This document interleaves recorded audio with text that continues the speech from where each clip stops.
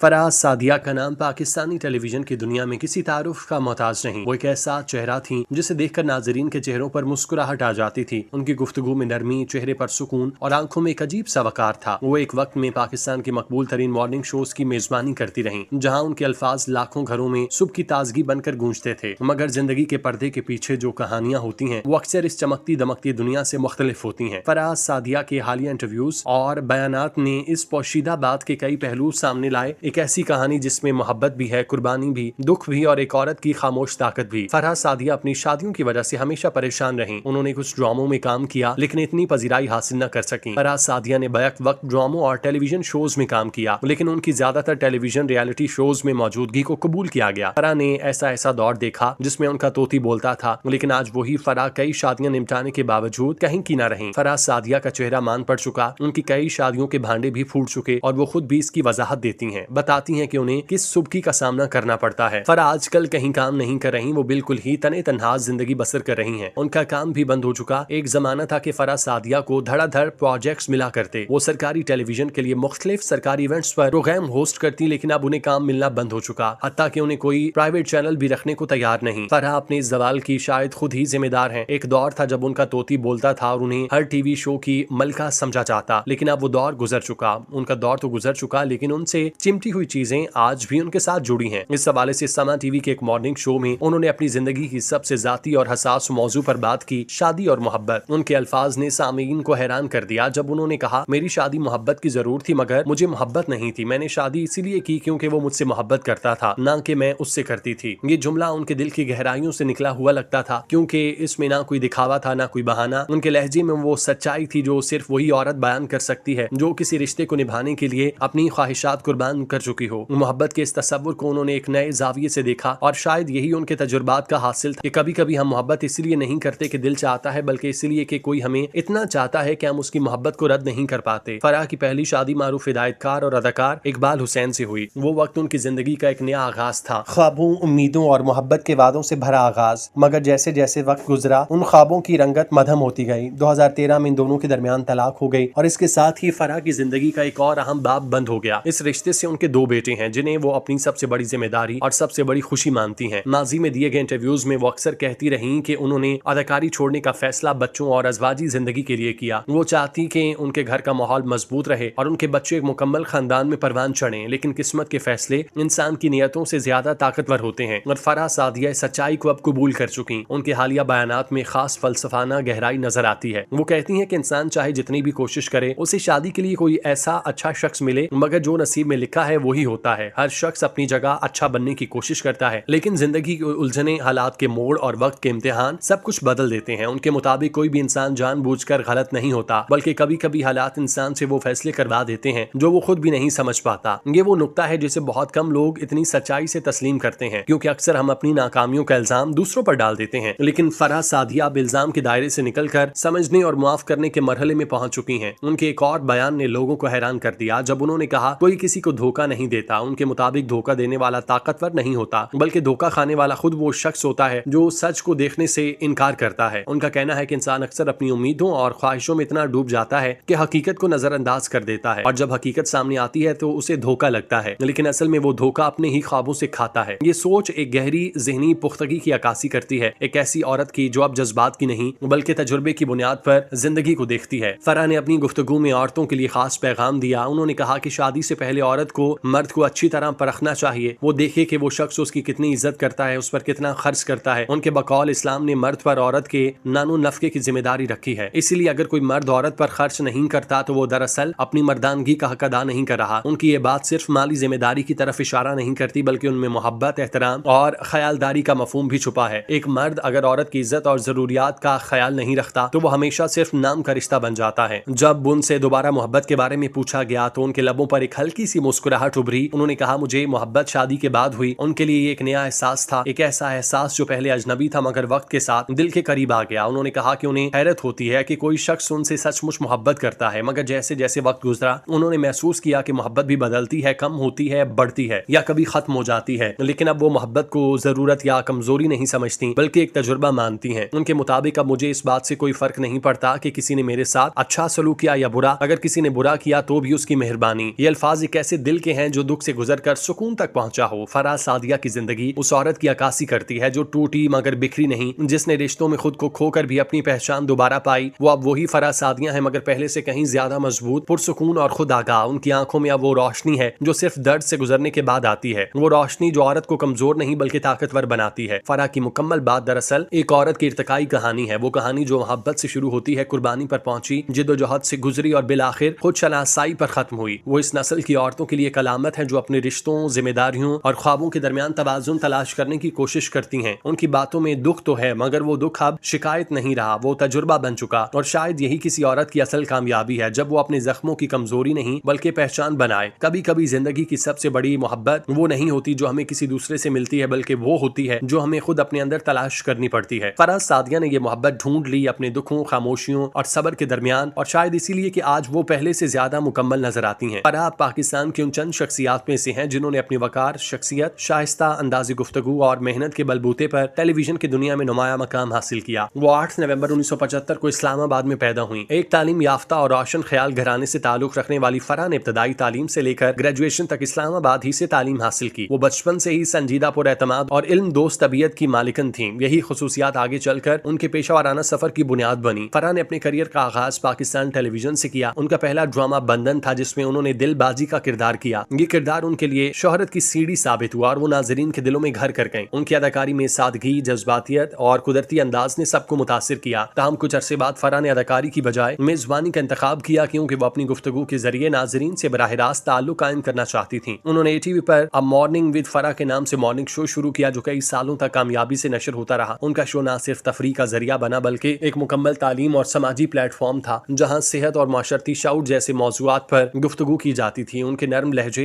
एहतराम भरी गुफ्तगू और मुस्बत रवैये ने उन्हें दीगर मॉर्निंग शो मेजबानों से मुनफरिद बनाया। बाद अज़ां उन्होंने A+ चैनल पर एक नई सुबह फराह के साथ के नाम से एक और कामयाब प्रोग्राम किया जिससे उनकी मकबूलियत को मजीद 4 चांद लगे। फराह की निजी जिंदगी भी अवामी दिलचस्पी का मरकज रही। उनका शो न सिर्फ तफरीह का जरिया था बल्कि मुकम्मल तालीमी और समाजी प्लेटफॉर्म जहाँ खवातीन के मसाइल, घरेलू अमूर, मजहबी रहनुमाई, सेहत और माशरती शऊर जैसे मौजूआत पर गुफ्तगू की जाती थी। उनके नर्म लहजे, एहतराम भरी गुफ्तगू और मुस्बत रवैये ने उन्हें दीगर मॉर्निंग शो मेजबानों से मुनफरिद बनाया। फराह सादिया की निजी जिंदगी भी अवामी दिलचस्पी का मरकज रही। उनकी शादी मारूफ अदाकार और डायरेक्टर इकबाल हुसैन से 2003 में हुई। दोनों के 2 बेटे हुए मगर बदकिस्मती से ये अज़वाजी ताल्लुक 2011 में तलाक पर खत्म हुआ। इस मुश्किल वक्त में भी फराह ने हौसला नहीं हारा। बच्चों की परवरिश के साथ साथ अपने करियर को जारी रखा। उन्होंने कभी अपनी जाती जिंदगी को शोहरत का जरिया नहीं बनाया बल्कि हमेशा बावकार अंदाज में अपनी निजी हुदूद का एहतराम किया। फराह सादिया की शख्सियत एक मजबूत, खुददार और मेहनती औरत की अक्कासी करती है। उन्होंने न सिर्फ बतौर मेजबान बल्कि एक रहनुमा के तौर पर खवातीन को खुद एतमादी और तालीम, खुद मुख्तारी की तरगीब दी। वो हमेशा इस बात की कायल रही कि एक औरत अगर अपने किरदार, नियत और मेहनत को दुरुस्त रखे तो वो किसी भी मैदान में कामयाबी हासिल कर सकती है। आज फराह को पाकिस्तान की लेजेंडरी TV होस्ट के तौर पर पहचाना जाता है। उनकी आवाज, अंदाज और गुफ्तगू में एक ऐसी मतानियत और वकार झलकता है जो दूसरों की मेहनत, इल्म और तजुर्बे का नतीजा है। वो न सिर्फ मॉर्निंग शो की बुनियाद रखने वाली खवातीन में शामिल हैं बल्कि उन चंद शख्सियात में से हैं जिन्होंने पाकिस्तानी मीडिया को इज्जत, संजीदगी और मयार बख्शा। उनकी जिंदगी इस बात की मिसाल है कि मुश्किलात के बावजूद अगर इंसान साबित कदम रहे तो वक्त उनकी इज्जत और शोहरत को दुगना कर देता है। फराह आज भी पाकिस्तानी नाजरीन के दिलों में इज्जत, मोहब्बत और एतमाद की अलामत समझी जाती हैं। बहर कैफ अदाकारा और टेलीविजन होस्ट फराह सादिया का ये सफर कोई छोटा नहीं। उन्होंने अपने लंबे चौड़े करियर में कई ऐसे मराहिल देखे जिनसे फराह ने बहुत कुछ सीखा और वक्त के साथ अपने होने का एहसास भी दिलाया। लेकिन अब उन्हें समझ जाना चाहिए कि उनका दौर खत्म हो चुका। शायद उन्हें उनके मद्दाहों ने भी फरामोश कर दिया, लेकिन यकीनन उनका काम इस नौइयत का था कि उन्हें सराहा जाए। फराह सादिया जहाँ करियर में मसाइल का शिकार रही, वहीं जाती जिंदगी ने भी उन्हें झंझोड़े रखा। अब वो जिंदगी के एक ऐसे हिस्से में है जहाँ उन्हें उन तमाम मुश्किलात और परेशानियों को एक तरफ रखकर आगे की तैयारी करना है। हम दुआगो हैं कि मालिक उनके हक में बेहतर करे। आमीन।